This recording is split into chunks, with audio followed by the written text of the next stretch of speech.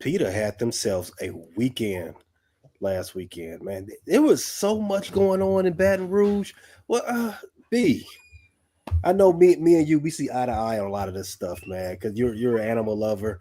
I don't hate animals, but what LSU did with that tiger, bringing that tiger out there on the field, that was just appalling. And I gotta ask you, me to you, who do you think abused tigers more? Was it LSU bringing that tiger Jalen around? Milroe. You didn't let me set the joke up. Bam! Jalen Milroe. Yes. More abusive to Tigers, Jalen Milroe, than the athletic department at LSU. Lock him up. Yep. He's a danger to wildlife. I do listen. I do have an opinion about the whole. Like, you decided that it was inhumane to take your tiger that you have on campus out to a game because it's inhumane, but it was okay to bring a tiger from another state across state lines, which, by the way, federal offense, and put it out on the field. I don't know, man. I don't know. A lot of question marks there. Hey, as far as Jalen Milroe, he's the most Jekyll and Hyde quarterback I've ever seen. Well, I haven't seen in a long time in college football. When he's hot, he looks like Michael Vick. But when he's not, oh my God, he looks horrible. Yeah, he looks broken sometimes. Yeah, he's horrible. And that might just be being young, you know what I mean? Not being used to struggling.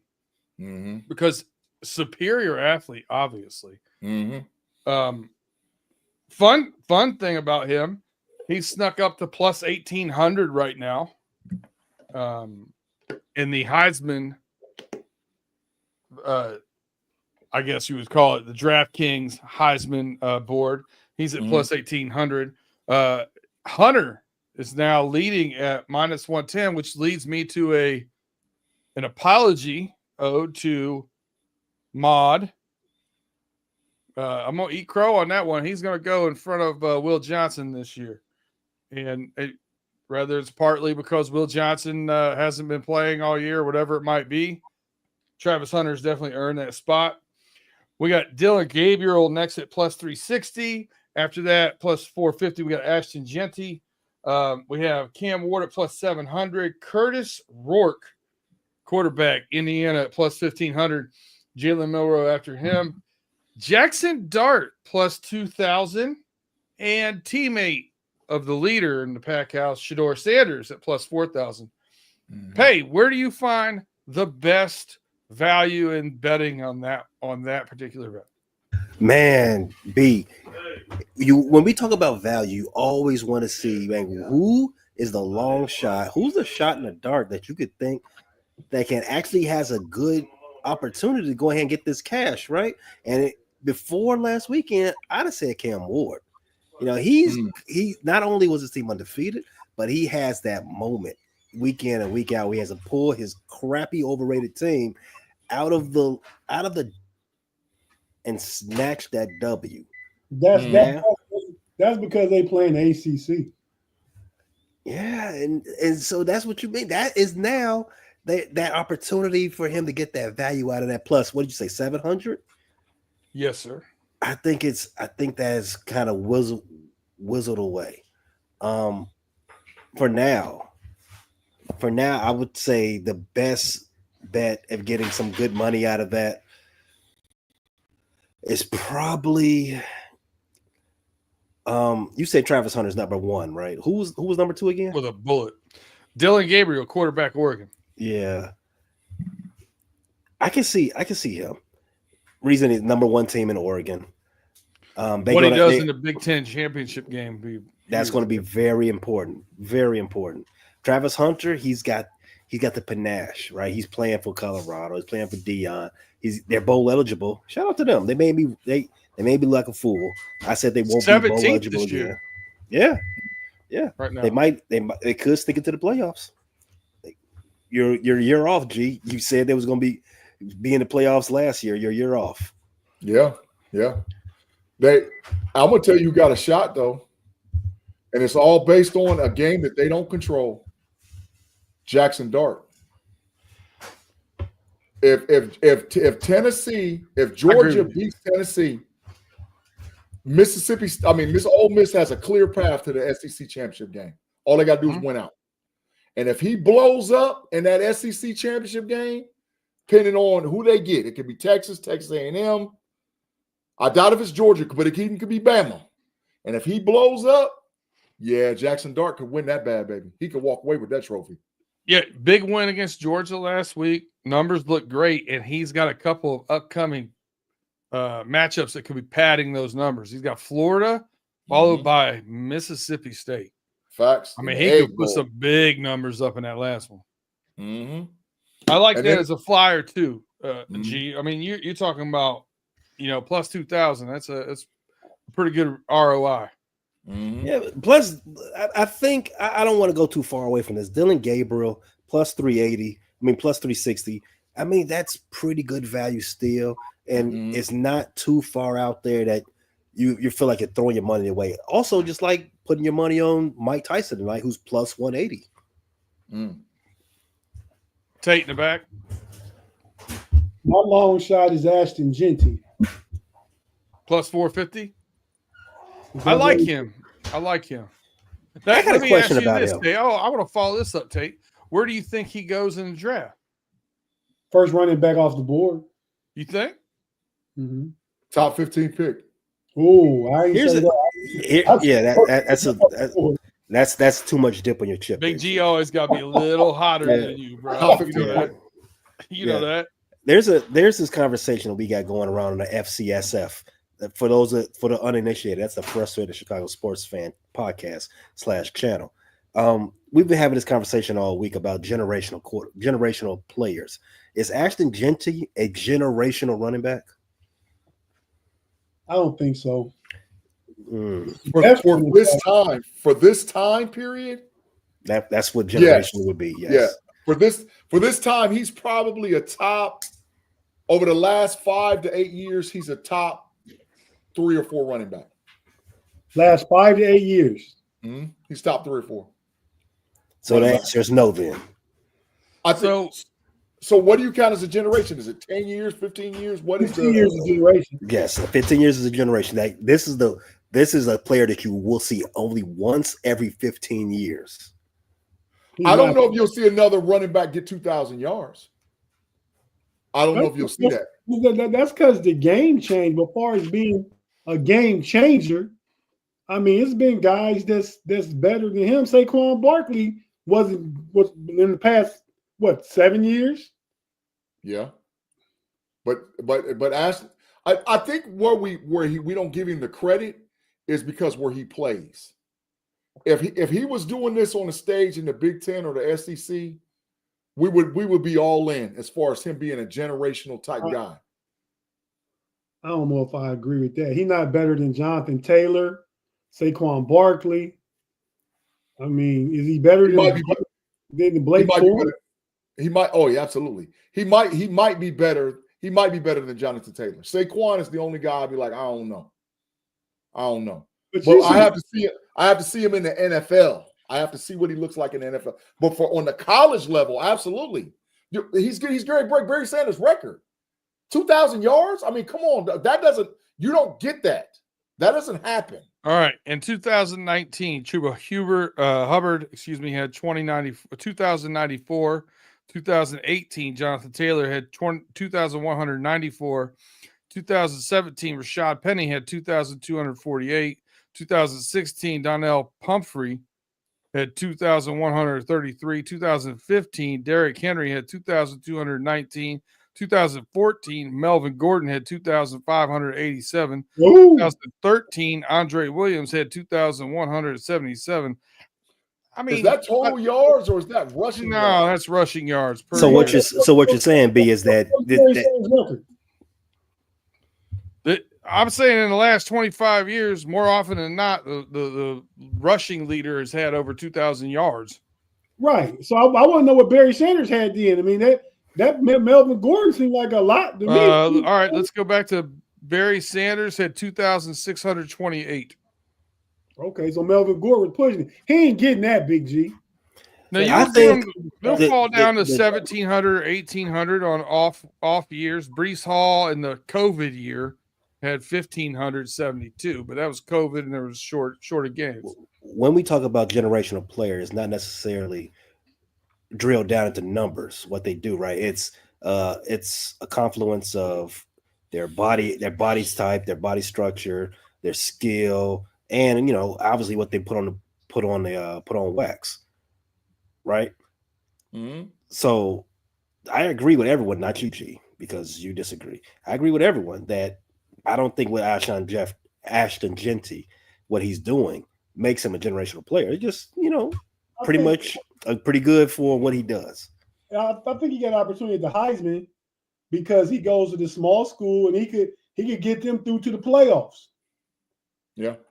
So when I look back through the past 15 years and think about any of these guys leading the league in rushing in the NCAA, the only person I would put the generational tag on, because he's different than anything I've seen, is Derrick Henry. 250 pounds, big time running back. This is a big beast that can fly. Hey. Claude Bishop's got a super chat. Yeah, I can't pull. I try to pull it up and it won't. He said, Tate and Big G, do you like the national media finally hyping up the Steelers? I still hear people not hyping them up. That's why the disrespect came in. I can't stand old Dan Orlovsky. He was talking about the Steelers. He don't see them being contenders. Yeah, let's be honest though. For the Steelers' mentality and the way they play ball, being disrespected is not a bad thing in Steelers world. Yeah, it's not. You play with a little edge of violence and aggression, so a little disrespect kind of helps that a little bit sometimes. I think that the hype now that they're trying to jump on the bandwagon, and the main person I've seen do it is Colin Cowherd. All of a sudden, he's a believer now. He didn't think he dogged Tomlin out and all what else. I mean, it's their job to hype up what's doing well, but I still think that there's a level of disrespect that's in the undertone with a lot of those national media guys about how they come across with the Steelers.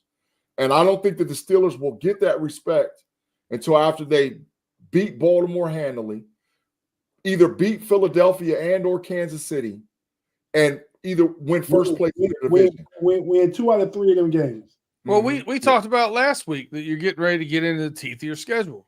You know what I mean? It's going to be, the litmus test is this weekend, right? Facts. Even though this is a team that you've definitely schemed well against in years past, and I think that the pieces you've added to defense even is going to help that scheme a little bit more in my mind, especially Patrick Queen. I think is a great add to you guys and more depth at defensive back. Some of those pieces on defense, I wasn't 100% sure how they were going to fit. I had some questions about the offensive line. I still think the offensive line definitely is one place you can improve, but they're making it work. They're making it do. They're playing to the strengths in the run game, and they're avoiding the weaknesses, and they've been serviceable. I think the improvement there is just based off continuity and rapport and growing together because they're so young. Yeah, and injuries is destroyed them as well, man. Injuries, continuity. I mean, yeah. I ain't said his name. Fautanu. Fautanu, yeah. But you got to look at it. You're right, though, Tate. It happened early enough in the year that now they're gelling better. They are. And Broderick Jones is even playing better. And they got to work that out playing the first part of your season where you had more manageable, winnable games. So now they're gelling when you're going into the hard part. Like, things are lining up for you guys pretty well. No one knew exactly what you were going to get when they put Russ back out there. We talked about it in the offseason. I talked about it with G, was the same way. And Tate, you've had the Rusty pom-poms for the past 3 years. I thought it was a good fit because he doesn't turn the ball over a lot. He throws more deep balls. I thought he was a good fit on that play action pass the Steelers way, but no one knew what he was going to do going in, and Fields was playing, adequate and winning games, and it's been a good fit. Broderick Jones played his best game he played all year last week against the Commanders. He did. By far. When I watched the tape, I was like, oh yeah, he looked like a first-round draft pick for the first time in a long time. Hardly ever say this. I think I agree with you, Big G. I think the Steelers could move Fautanu to guard to replace Siamalu. Mm-hmm. He'd be a big guard, man. He'd be a mauler. Yeah, and that's what you he's want. athletic. Yep. Yeah, he is very. He's like 6'3", 315. I mean, but he's athletic and he's fluid. And he's mean. Yeah. Yep. And then we go after a tackle in the first round, and then you got all babies on the line. I think they signed Dan Moore back. I think he's played good enough. Maybe not the best, but good enough to be a starter. You let those guys gel. The only thing about the Dan Moore deal is, can you afford Najee if you do that? I don't think Dan Moore going to break the bank, though. But he's going to cost. He's going to cost. Well, and you got to pay Justin too.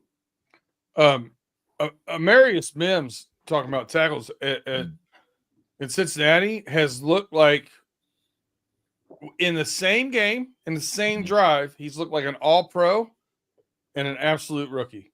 G, you know the guy. He got caught looking back at the ball. Woo! I thought he got Joe Burrow killed. Yeah. But other times, his athleticism and power shows off on tape, jumps off the tape.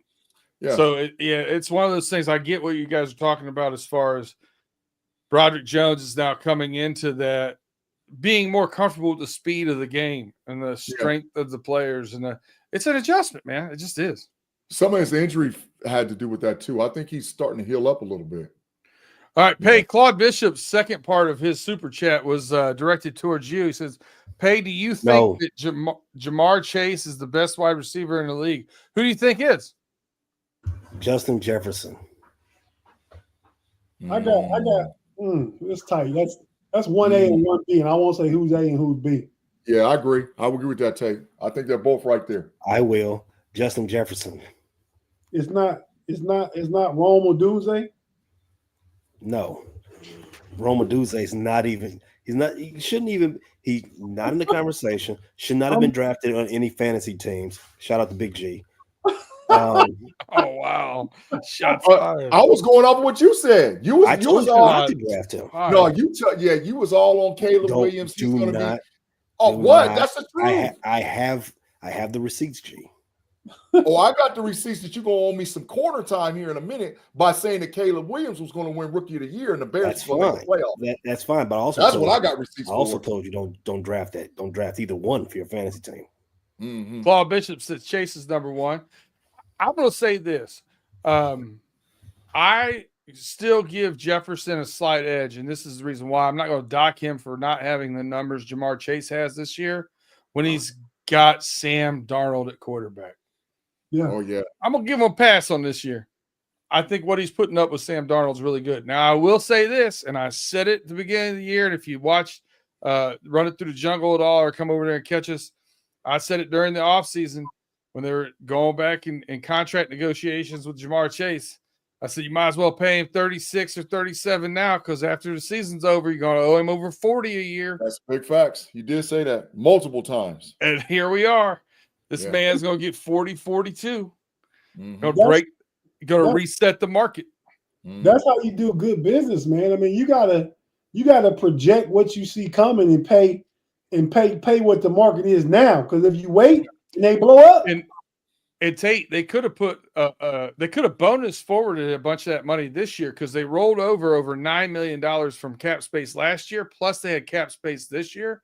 So they didn't sign anybody. They had 22 million, I want to say, or 21.5 or something like that they could have paid $20 million bonus in a restructure and a signing bonus for this year, stayed under the cap and taken that money off of the next couple of years as far as when the money was coming in. Like it could have lined them up for really good things down. Paying somebody $40 million a year, that's like Steph Curry money. He playing the NBA. That's the market. You got to pay him that. He's a top 1 or 2 receiver in the league. Give that man his bread. Give him his bread, man. And B-Dirt's right. They should have paid him already. They should have paid him last season. They should have paid. They could have been out for 36 already. And if Pittsburgh is smart, they'll pay attention to this and get ready to pay Pickens. If they're smart, they're gonna break that bread off, bro. Because his value is going to be too much. You're coming moving forward. It's going to cost too much to keep him. All right, we got to take our first break. It's that time. And then we'll come back and we'll do our NFL picks. And then we'll get into some NBA talk. I do want to let everybody know that I am stopping all the madness here of the repeat stuff. I was told that we talked about the Heisman from our executive producer last week, but we did not, in fact, talk about Heisman. He wanted to talk about the Cavaliers, which we spent 4.5 minutes because I watched the tape before we came on. We spent 4.5 minutes talking about the Cavs last week. And if you replay it and watch it as I do, you can watch me dang near doze off. So all that said, we'll be back. We'll do our pick'ems, and then we'll get into some more NBA stuff. But we'll be right back after a word from our sponsors.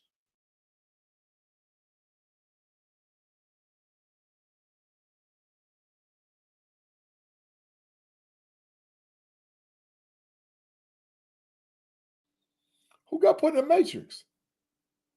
You. Hey, I don't know if he meant to hit that. He probably wanted me in there subliminally and hit it on accident instead of hitting the brake. No, I don't have the break no more. So I'll just put. So you just went with a couple matrices. Yeah, because it was quiet. All right, I hear you. Hey, you guys, Big G, hit those algorithms. If you're on here, please like, please subscribe, give us that thumbs up. 5-star rate. 5-star rating if you're listening to us on Spotify, Apple, wherever you get your podcast. And then share us. Tell a friend, tell a friend. Hey, B Dirt, since you recently watched the last week's pod, did you see the part where Big G said Jeremiah Smith is the best freshman ever? I did.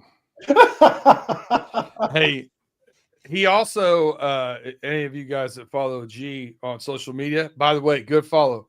He just as hot take-wise on social media as he is on here.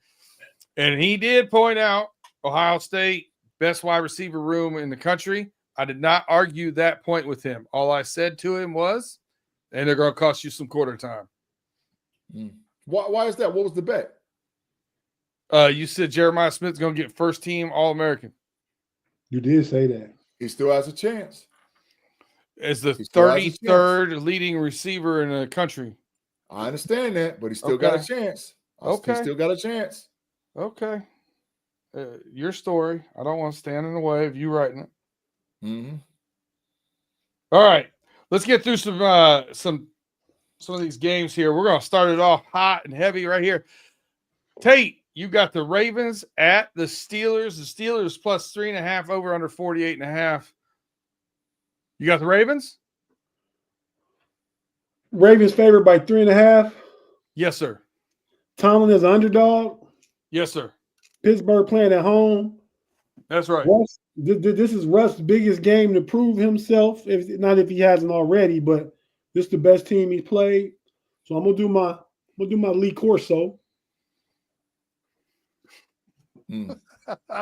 For those of you listening, that is a Pittsburgh Steelers hat he's got on.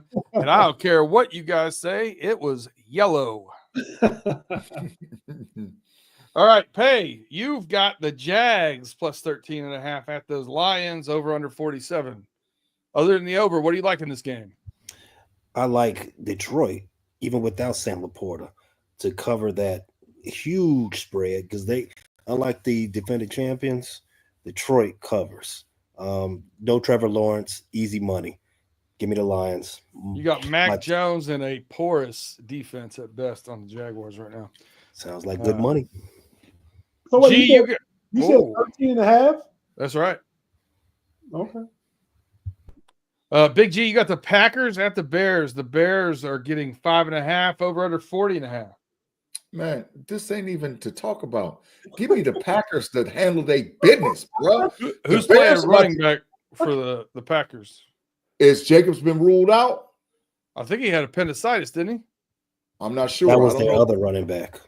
Yeah, I don't know. Was it? Okay. I know Josh Jacobs was questionable, but I think that Ooh, look at you not jumping out on the injury reports no more. Look at you, G. Yeah, I think he was questionable. Like 3 hours ago when I was checking all these injury reports across here, about 3 hours ago, he was questionable.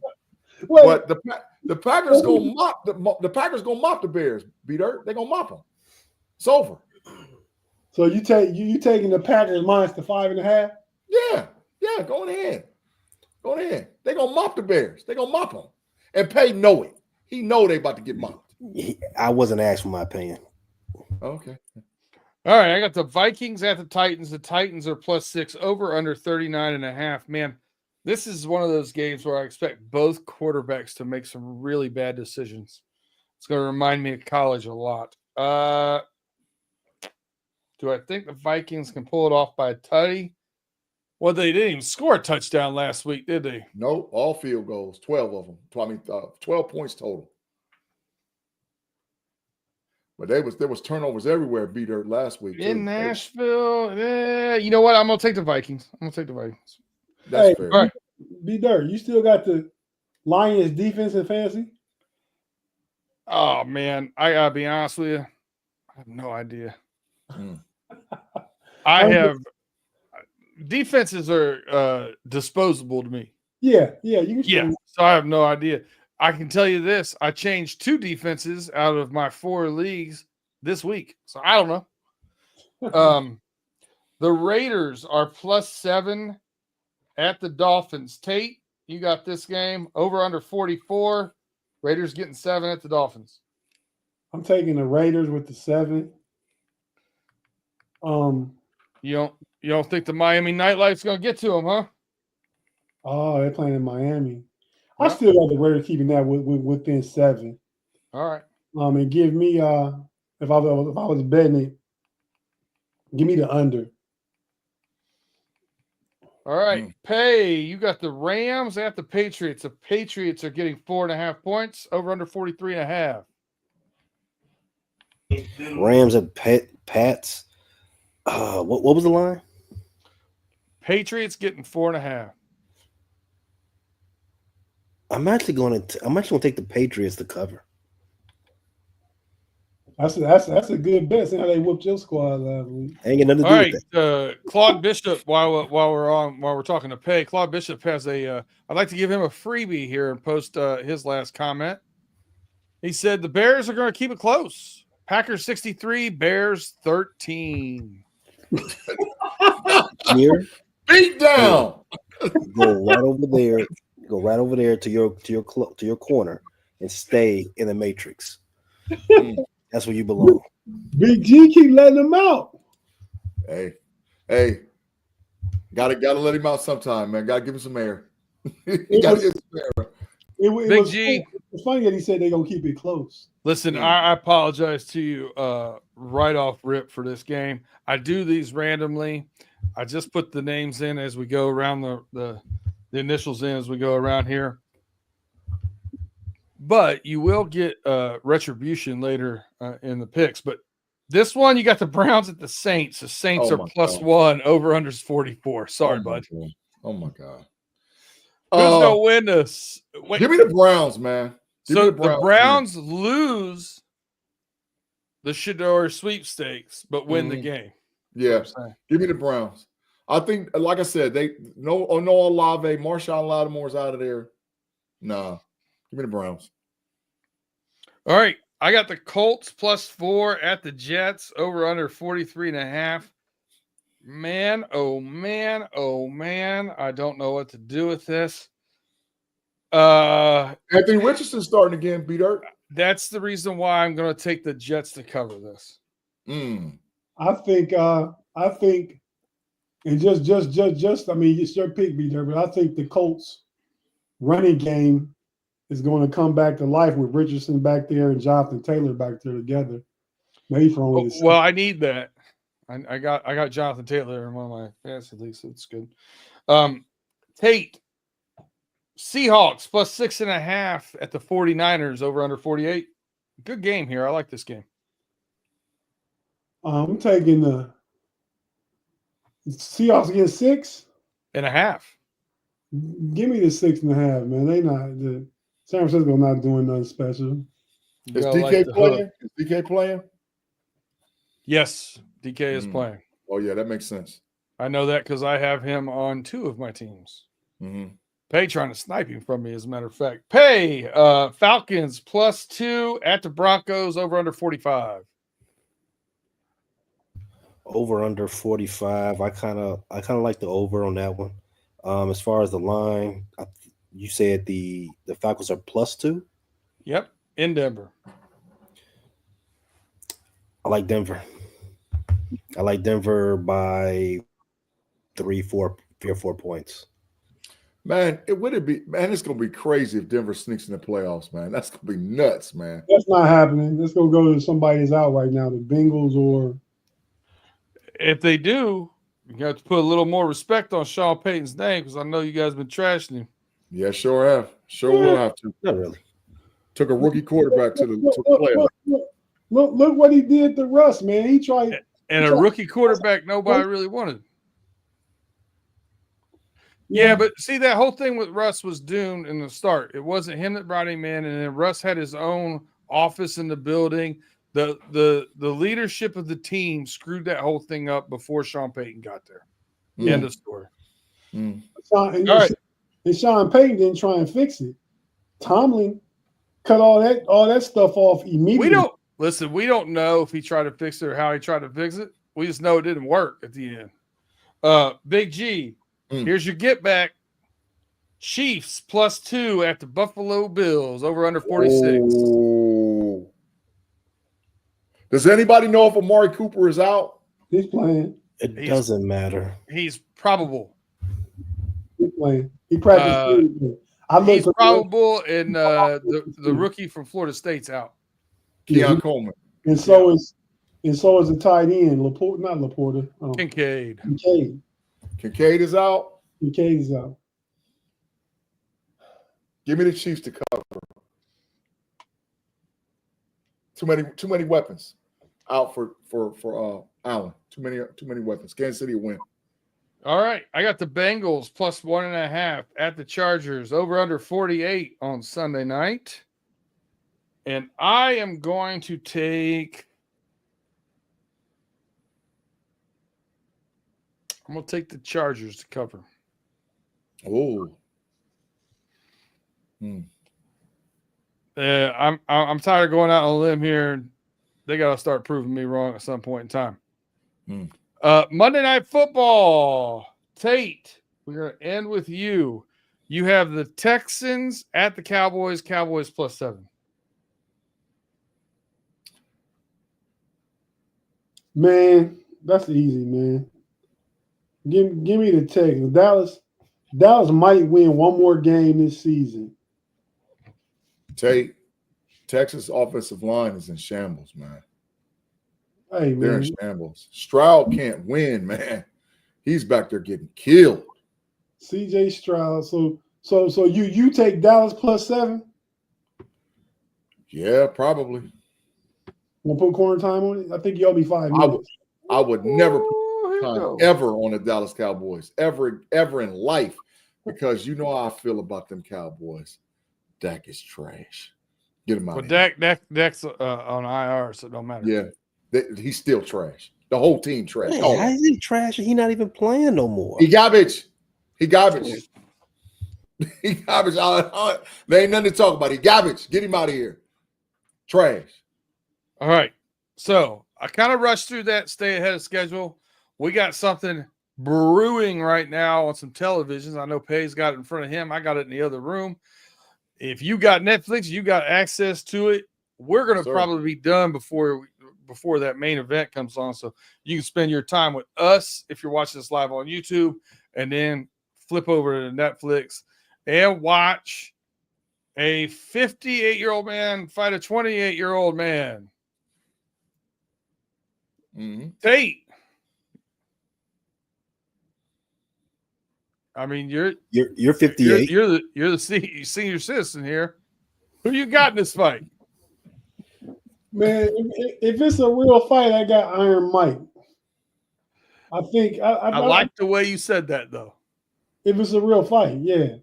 I think it's a lot of shenanigans too. I don't know why some of these boxers get old and just want to get paydays. And get money to lose. I'm telling you, I'll fight, but I'm gonna fight for real. You know, I think if it's a real fight, Mike Tyson takes it, and not like he allegedly did in Indianapolis back in the '90s. But no did he, no doubt. But yeah, man, that was a great joke. That was a good joke. Yo, hey, you won the night. MVP. Yeah, man. So I'm rolling with Tyson, man. I don't like the Paul brothers. They're from Cleveland, and I don't fool with them. I want to see him lose, so I'm rooting for Mike Tyson. I got to tell Pay. I know we're gonna get to the NBA, but the Cavs just beat the Bulls by like 16. And no, Evan Mobley didn't play. Pay, I think it's only fool's money that's betting on this. Do you feel the same way, or are you putting some ducats out there? You have to be a fool to bet on rigged sports. That's like betting on these the races that Speed Racer was participating in. You know the Mach 5 is winning. Why would you put your money anywhere else? What are you doing? Listen, as soon as the whole time this fight has been announced, Mike Tyson has been the underdog. That makes no sense to anybody that's been following boxing or is a fan of boxing or has watched. I mean, he is pushing 60 though. And yeah, I agree. He's pushing 60. He's had one fight. He looks great. I'll give him that. He's had in the last 15 years.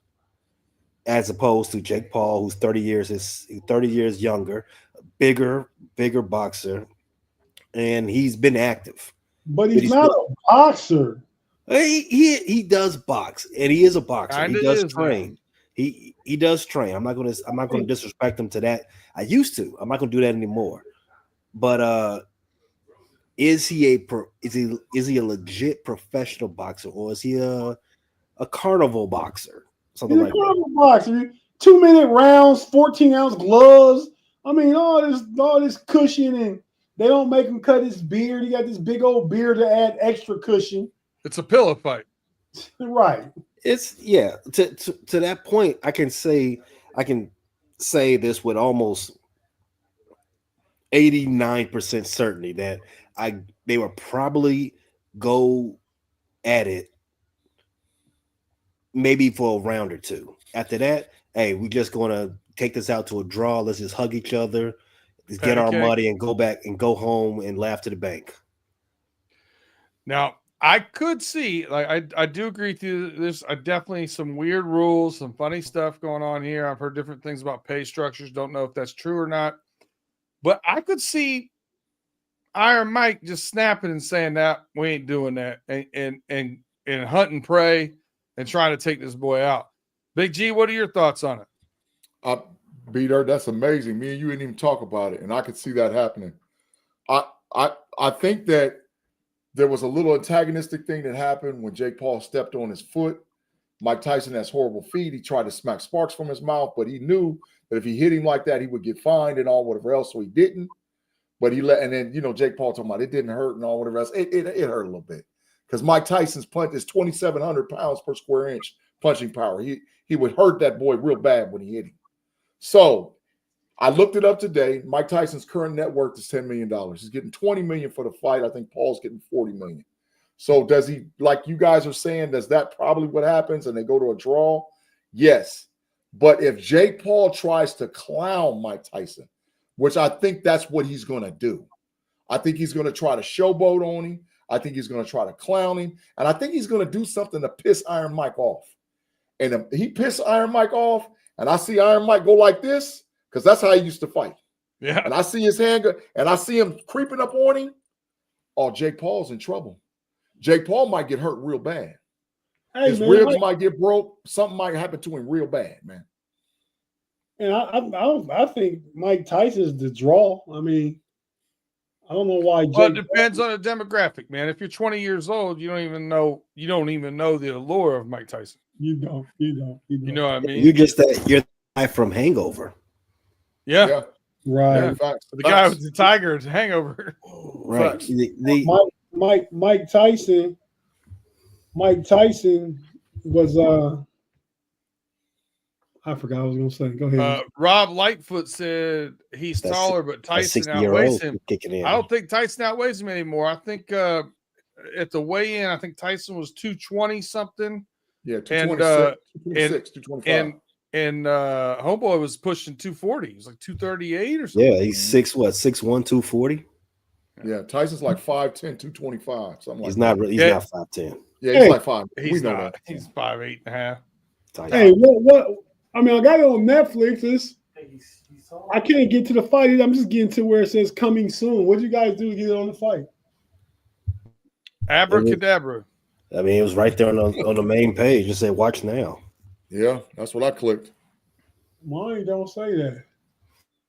Well, you got to use, jailbroken version of Netflix. We ain't gonna talk about that on. I go to Wait, my what? I can't hear. What happened? But Sorry, we're cutting out. The thing here, G, like, yeah, we all remember Tyson doing the peekaboo and all the other, and throwing off those massive uppercuts. But at 60 years old, man, we all know his speed ain't what it used to be anymore. Maybe if he can land a punch, he can probably put some force behind it, but he definitely can't throw it at the same velocity and ferocity that he used to. Hey, I don't know. You see me training? I saw him training. I saw that boy training. Not for as long. Man, we can all agree he's not going to do it as fast for as long. All I'll tell you is if he, chases him around the ring and dances with him and allows himself to be held, like, tied up and whatever, no diddy, then that's going to be a situation where immediately in the first round, we're going to know this ain't what we wanted to tune into. Yeah. If Mike Tyson dances around with him instead of just stalking him down and pushing him against the ropes. He did that. That's what I was going to say. He did that with Roy Jones Jr. because Roy is a boy. He wouldn't hit Roy in the face. No, and Roy still talked about how he felt like he was getting hit with a sledgehammer. Right. All right. We're going to take one more break here from our sponsors. When we come back, we're going to talk about real sports that probably aren't rigged. I won't say 100%, but we'll go to 98 percentile. 92. All right. Fair enough. It is the NBA. We'll be right back after these messages.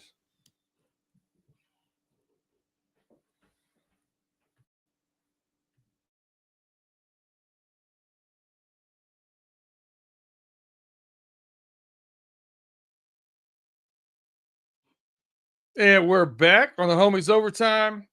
Please hit that like, subscribe, the thumbs up, share us, tell a friend to tell a friend. If you haven't hit us with that 5-star review yet and you're listening to us, please do so. That helps us out more than we can even tell you with our algorithms. So before we get into the NBA, I want to we were talking about it during the break in between overtime and regular Homies podcast. Big G, you were getting a little debate with Tate. We're going to talk about just some first takes on college basketball thoughts. What are you seeing out there in the college basketball world that piques your interest? I don't think there's a dominant team as of this point. I think that, we've seen traditionally over the last several years that, you got 16 teams, 16 seeds beating 1 seeds and all whatever else happening now. But this year, I don't know if there's a dominant team. I put my eyes on Kansas a couple of times. I put my eyes on Duke a couple of times. I put my eyes on Carolina. I put my eyes on Michigan State. And I watched Baylor play. I watched Ohio State play. There's not that team that like, man, they're going to win it. And that feels a little different. I don't even hear buzz around teams like that right now. Yeah, that feels a little different. Normally, it's the Villanova, the UConn, some teams, just super stacked and they're going to win it. And I don't know, man. I think it's up for grabs this year, which might benefit college basketball. It might benefit it because if there's not a super stacked team, then, hey, anybody can win it. Now everybody's emotionally attached. If you have a fan base and you cheer, you really do believe that your team has a shot to get in and do something in the tournament. Pay, you think some of that parity has to do with the one and done or more NIL stuff is evening the playing field out, or do you not see it the way G does? Do you see the Blue Bloods still being a Blue Bloods? Yeah, the Blue Bloods are always going to remain top of the totem pole, food chain rather, in college basketball because that's where kids want to play. Kids are always going to go to put themselves in position to be on TV more.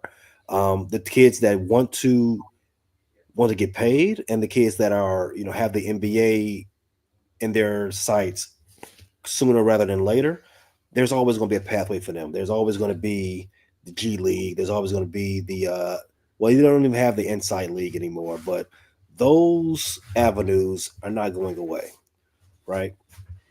Especially with the way the NBA is trying to make it so that they want to have their developmental avenues a little bit more pristine, so you don't have so many busts anymore. But the kids that are just a notch lower than that, they're going to always find their way at the Carolinas, at the Kentuckys, at the Kansases, at the UCLAs, those particular schools. Even Gonzaga, you could put Gonzaga in the mix now. The old UConn now. Those schools are always going to have top of the line talent, even top of the line coaches, because that's just where it is. The NIL problem, I don't even want to call it a problem. The NIL conversation is more so of a football discussion, not so much a basketball discussion. All right, Tate, you see it the same way? What do you think about as far as who looks good early to you in the season? Who do you give the nod to? I believe Kansas, for real. I agree with Pay. The Blue Bloods are always going to be the Blue Bloods, man. You got Kansas look good. Duke look good, though they lost to Kentucky, but that's because Kentucky is good. And you got Duke. North Carolina played Kansas to a tough game. They look good. And the best Big Ten team right now is probably, who is it? Is it Purdue going to fall off this year, aren't they? I would say Michigan State. Michigan State looked good, but Kentucky kind of took care of them. But they did look good. Michigan State won ranked. Ohio State ranked number 21. Yeah. Yeah, man. I believe that by the end of the season, one of the Blue Bloods is going to win it. It's going to be Kansas, Kentucky, North Carolina, Duke. Maybe like teams like Villanova. How far have they fallen? It's early in the season, and they haven't really played anybody. Is that the coaching though? I mean they lost a really good coach. Right? Yeah. I'm just saying. So like Pay said, those schools, those traditional blue blood basketball schools, they always gonna get the players, man. Kids want to go there, and then the other places are good because even though the second tier players don't get to go to the blue blood, they can go to a Gonzaga or somewhere like that, like you guys were mentioning, and play there, and then transfer to one of the schools after a year or two. Yeah. I'll tell you who's actually good this year is Creighton. I watched them play, man. Creighton has got a good basketball team, man. I'm not saying that they're going to win the tournament, but I think they really have a good basketball team. They've had good basketball teams in the past, too. Yeah. McDermott, Coach McDermott. All right. A little too early for me to tell. I agree. Nothing has popped off of the TV at me that I've seen so far. So it'll be interesting to see how these teams come together and gel. It's early in the season and a lot of new teammates. So looking forward to watching the rest of it. But man, March Madness is special. So yeah, I'm looking forward to getting ramped up into the conference and into those important games going into March Madness. March Madness is probably the second or third best sporting events. You got the Super Bowl, Yeah. I could go March Madness or NBA playoffs for me. But Oh, you yeah. won't clown me when I said the first weekend of March Madness is my top 3 holiday of the year. Remember we did holiday top 5s. You all said, Yep. that's not a good holiday. Well, You know what? you threw us through a loop. You threw us through a loop. It was a holiday. It's a holiday. But I normally do end up somewhere for the last year I was in Vegas for the first weekend of it. So and this year maybe again. College football playoff I'm is there going with- to College there football playoffs 2 for me, and I'm March there with Madness you, B. 3. with the we 12 will be, team we will playoff. be there, G. Yeah, with the 12 team playoff, it's going to get ugly this year. The NFL done pumped the NBA. They done took Christmas games and all whatever else. Big bang take little bang. So I don't know. I mean, I like the NBA playoffs and all whatever else, but I think college football makes the jump. All right, Pay. I want to start off NBA talks with you because once we get over to Because these I'm other the two best jokers, NBA once we person. get over to these other two jokers, we're going to have to listen to the Cavs talk. Listen, the Cavs are off to a good start. We know. We'll let you talk about it. I want to talk about people that teams that are off to bad starts and who you think you should hit the panic button on. We do have the records up right now. Tate, thank you for putting that up there. Some of the ones that are notable to me, right? Obviously, I'm going to start with the middle of the road. Timberwolves at 6-6, kind of a surprise to me. Mavs at 5-7, 1-6 in what they consider clutch games. Last year, they were second in the league in clutch games. What's that? Yeah, mute. Big fine. What happened? He wasn't muted. That's a big fine. Go ahead. Hey, he getting a big fine. He wasn't muted. Okay. Anyway, the Mavs were 1-6 in clutch games, in close games. And last year they had the second best record in the league in those games. And they're 1-6, tied for worst right now in the NBA. The Bucks are 4-8. And the 76ers are 2-10 or 2-9 with the Raptors at 2-10. I think the 76ers are now 2-10 as well. And they lost. Yep. So out of those teams, Pay, anybody else that might also stick out to you, welcome to throw in there. But out of those teams that are underperforming where we thought they'd be at, who do you hit the panic button on? All right, so I'm gonna break it down. I'm gonna break all those teams down as you pointed out, and the reasons why they suck right now. 76ers, they're not healthy. Your championship pick. Go ahead. That's true. Facts. I could have sworn he said, again, 76ers not healthy. 2, Mavericks, they're not clutch right now. You saw how Luka didn't see ball and man. They teach you that in at 4th grade basketball. Got to see ball and man. He gave up a dunk with half a second left in the game. They're losing that game last night. Going to the Bucks. 2 words: Glenn Rivers. Who else? The Timberwolves. Yeah, they traded I'm not gonna say this much about Cat, but he was the better player in that trade, and they traded him away. They got Juju Randle.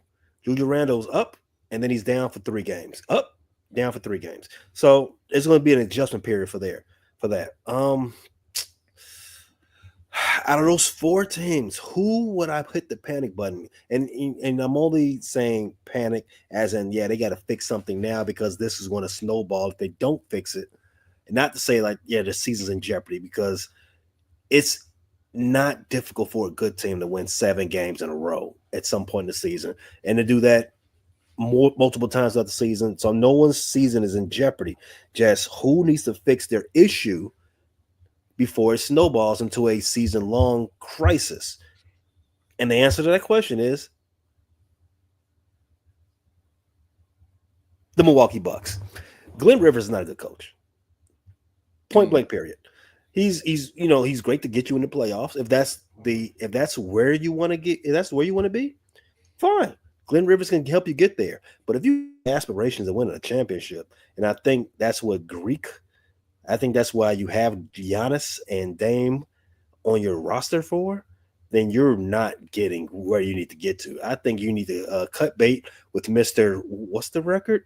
I think they have what? They have 13 wins in his first 45 games there. That's inexcusable. Can't do that. We're paying you way too much. Get him out of town. Yeah, the Cavs have 13 wins in the last 13 games. Yeah. I'm gonna throw it over to you, Tate. Tate, do you agree that that Doc Rivers should be sued for malpractice, or are you hitting a panic button on somebody else in the NBA?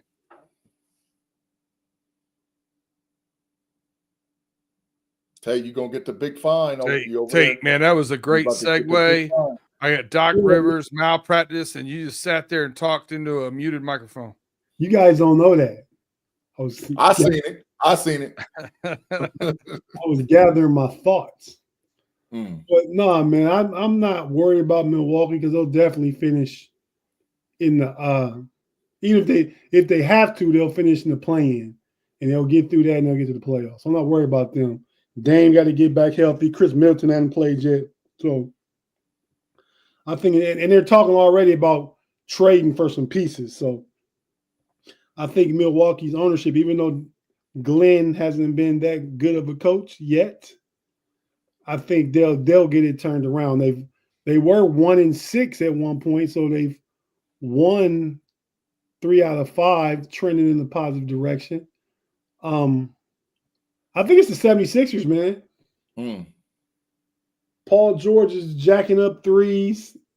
He didn't start the season. He wasn't healthy, but Joel Embiid played last night, had 13 points, looked terrible, looked like old, low, slow, lazy Joel Embiid. So, and yeah, I mean, Tyrese Maxey is hurt, and they just going to keep sinking, man. If they 2-10 now, Toronto might pass them up. So I definitely got to worry about the 76ers just getting off to such a epically bad start when they were some people's championship prediction. The same the same people that said the Raiders were going to be competitive. Hey, Big G, you might not have the worst takes, man. The same person that said the Chicago Bears was going to make the playoffs. Let's keep the list going. Same person that said that Caleb Williams was going to Rookie of the Year. Let's keep that list running. let's run it down. This who you always side with. So before we kick it over here for your thoughts, Big G, I do want to hear Tate's comments here about Rob Lightfoot's last post, where he says the Hornets are going to end the Cavs run Sunday at 6 p.m. Yeah, yeah, Rob, that's not happening. We play. Is that quarter time bet, Mr. Lightfoot? Tate, will you be willing to take the corner time with him? You'll take the corner time bet with him? What did he say? He said the Hornets are going to beat the Cavs Sunday. No, I'm saying what he said to corner time bet. I mean, oh yeah, we didn't hear that. We were waiting to hear what you said. Oh, well, I said it's not going to happen. So of course I would take a corner time bet. Oh, all right, Big G. Do you agree with them? Is it the Bucks? Is it 76ers? Wait. Oh, what?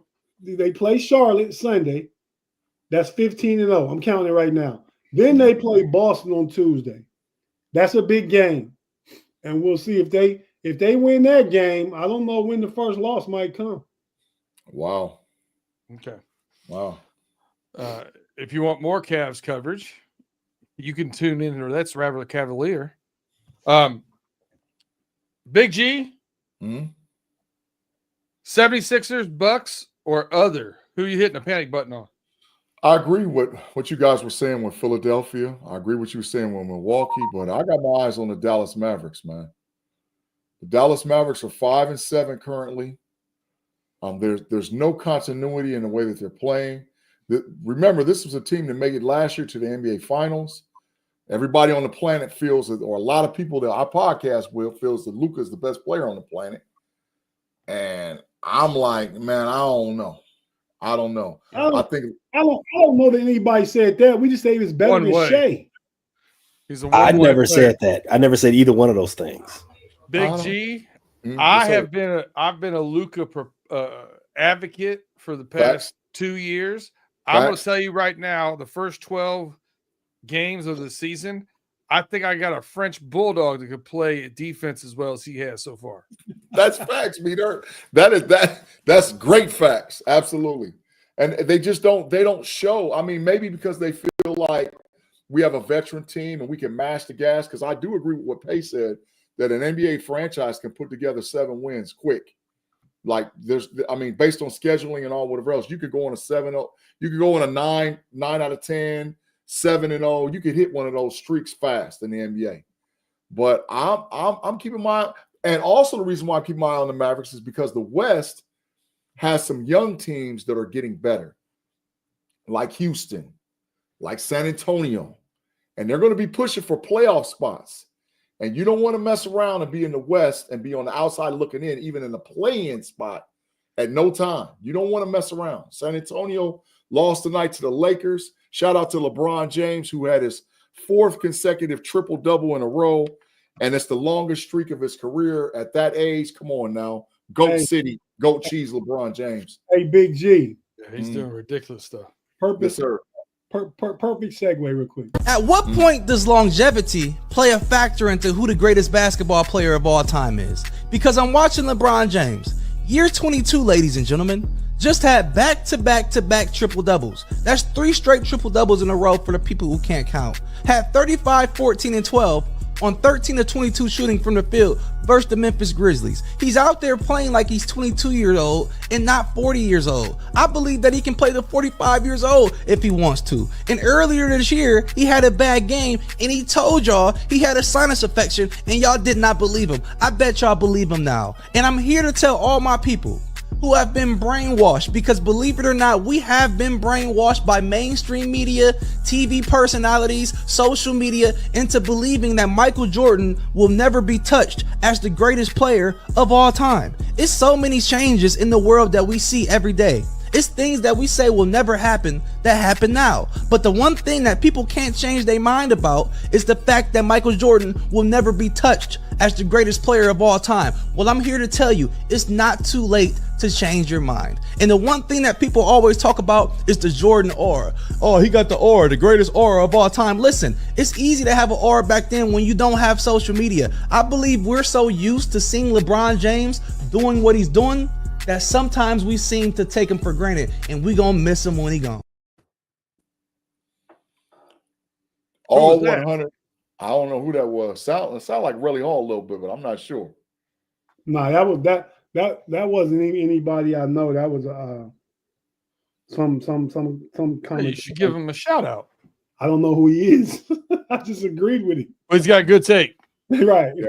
Yeah, LeBron has been playing outstanding basketball. But like I said, those young teams, San Antonio, Houston, those young teams are coming alive, man. And you don't want to, if you're the Mavericks, you don't want to mess around. You need to start ramping it up now. All right. My 2 cents. Listen, my 2 cents on who to hit the panic button on has nothing to do with what I'm seeing on the court. Has all of what I'm hearing in press conferences, media, yada, yada, yada. 76ers have a mess on their hands. And that's going to take more than playing basketball well to fix. 76ers is my panic button.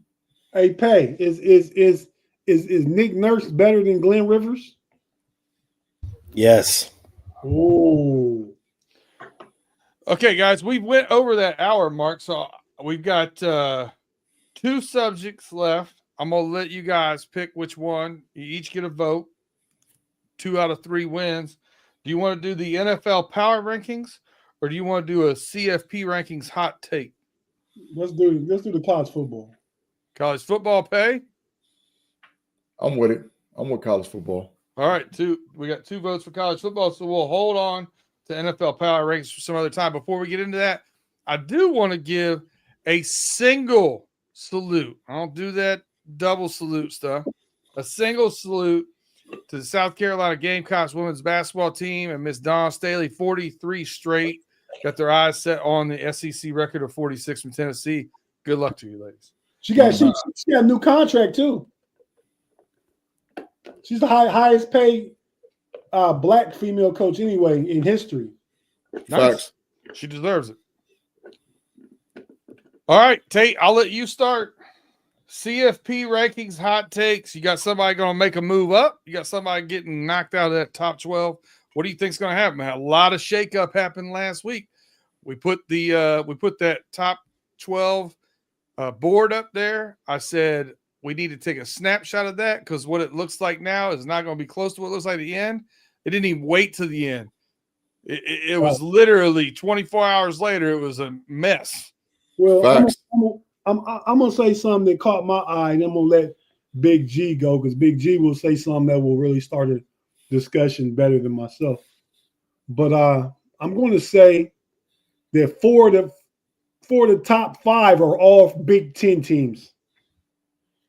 Has the pendulum swung from the SEC being the powerhouse of the country to the Big Ten? No. Because the Big Ten is top heavy. They're very good teams, very strong teams, can make definitely playoff runs. But the SEC top to bottom is still a better conference. 4 out of the top 5. Mm-hmm. I mean, that right there, I don't care about the little dude feeding at the bottom. I don't care about that. Mm-hmm. I mean, I'm diehard Big Ten. Diehard Buckeyes, diehard Big Ten. But no, I'm a realist when it comes to college football, man. I think the problem is those are the only 4 in the top 25. Mm-hmm. Are they?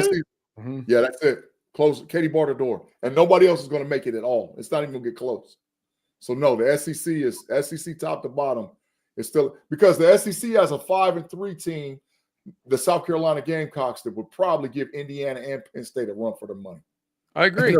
And they're 5-3, and they're 20. They're 21. They're Mm-hmm. 6-3. Yeah. Yeah. So no, that's what I say, Tate.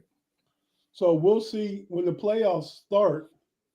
I mean, because I got Oregon, Ohio State, and Penn State going pretty far. I don't know if I believe in Indiana completely yet, but they'll have one loss going into this thing. Mm-hmm. Big G, it's on you, man. What's your hot take here? You got somebody getting knocked out of that top 12 or somebody jumping in that top 12? What's your hot take with it? So I know this is going to piss a lot of people off, but I don't care. You know, I'm shooting my normal. The Texas Longhorns might not make the playoff.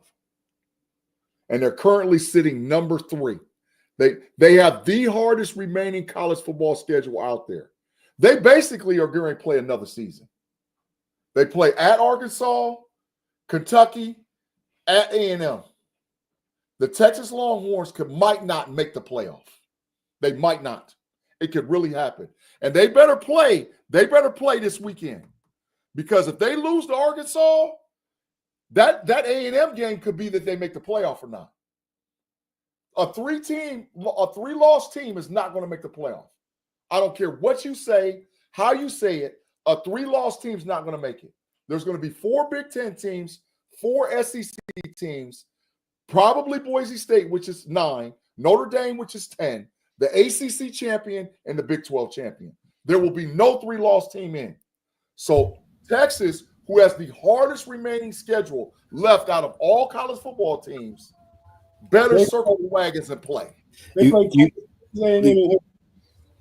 They play Arkansas Saturday, Kentucky after that, Texas at Texas A&M after that. They have the hardest remaining schedule left. Arkansas, which is a 12-point home underdog tomorrow. Mm-hmm. That Arkansas. Mm-hmm. Arkansas that is 5-4. That Arkansas. Mm-hmm. And then they play Kentucky after Texas has to be worried about that Arkansas. Absolutely. Okay. Absolutely. That is a bigger rivalry game than most people know. Trust from a player that went to school down there. Nobody. That's a bigger rivalry game. And a lot of those Arkansas kids are from Texas. They played against those Texas kids in high school. That game is going to be closer than what a lot of people think. All right. Big G's got Texas out as his hot take. Maybe. I didn't say. I'm sure. Maybe. I'm sure it has nothing to do with poking fun at Big Mod over there. Pay. What is this? Bad posture pay. I like brown bag pay better. Hey, who do you got? What's your hot take here for CFP? Somebody dropping in, somebody dropping out? What we got? There's no way I can make a hotter take than Texas has to worry about 5-4 Arkansas and 3-6 Kentucky. There's no there. I cannot get hotter. I cannot. There's not a furnace, a sports furnace hot enough to get any hotter than that. Any SEC team can beat any other SEC team. Any given Saturday. Yes, I'm aware the SEC is a tough football conference. Yes, I'm aware. Minus Auburn. I'm also aware that the SEC is top heavy. There's a lot of good teams. There's a lot of garbage teams too, and Texas has garbage teams left on the schedule. Mm-hmm. I hear you. My hot take is that Alabama is going to make it into the top 6 of the rankings. Yo, that is a hot one. I like that one. So you got them, sneaking into that championship game and winning that? Perhaps getting to the. I don't know if I'll go too far as winning the championship game. I got them in a championship game conversation. They're not sponsoring us. I will take them out of the camera. I got them in the conversation just to make sure that Alabama's not done with yet. The SEC still goes through Birmingham. Who's in Birmingham? Oh, Tuscaloosa. I'm sorry, I'm thinking of the wrong city. Yeah. All right. So go ahead. So Pay, I don't disagree with that, but I think Alabama needs some help, and the help would start if Georgia beats Tennessee, because Georgia's the one team that's not going to make it to the SEC championship game. They're not going. They would need total anarchy to make it, and I don't think that's going to happen. So if they can get help, Georgia could definitely help Bama by beating Tennessee. I am a big fan of total anarchy, though. What The Georgia Tennessee game's in Georgia, though, right? Yes, it is. 7:30. Well, what needs to happen? What Georgia need to happen beat Tennessee. That's the biggest part of it. Georgia needs to beat Tennessee. Texas or Texas A&M need to lose a game before they play each other in the final game. Texas A&M already got 2 losses. They have 1 conference loss. Oh, okay. They lost to Notre Dame and they lost to LSU. Gotcha. No, they beat LSU. They lost to Notre Dame and South Carolina.